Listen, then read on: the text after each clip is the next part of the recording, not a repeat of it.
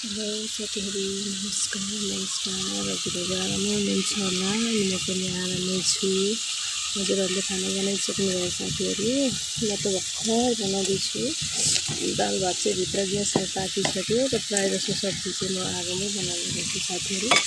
अनि हजुरहरूले के को सब्जी बनाउनु भयो आज कमेन्ट गरिदिनु ल। सबैजनाले आज के को सब्जी खानु हो म चाहिँ चिनिहाल्नु भयो होला। डोजरको सब्जी बनाउँदैछु कच्चा आगोमा डोजरको सब्जी खानु हो। कस्तो लाग्यो त कस्तो राम्रो छ है। हाम्रोतिर चाहिँ यहीँनिर काट्नु भएको हो। गाउँको एकदम टेस्टी हुन्छ। यो हाम्रो तल अलिक घरदेखि अलिक तल पाल्नुहुन्छ नि त।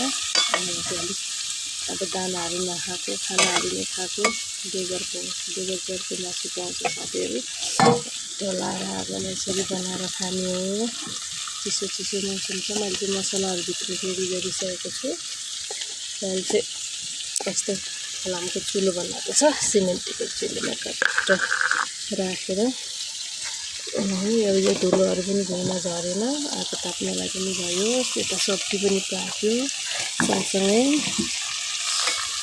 हजुरहरूको घरमा चाहिँ के को सब्जी बनाउनु भयो आज हजुरहरूले कमेन्ट गर्नु होला साथीहरू। हजुरहरूलाई पनि धेरै माया अनि मिठो सम्झना। मैले बनाएको खानेकुरा मैले बनाएको सब्जी खान हजुरहरूलाई पनि मनपर्छ भनेदेखि आउन सक्नुहुन्छ हिरा हाउसमा, हिमांशु हिरा हाउसमा।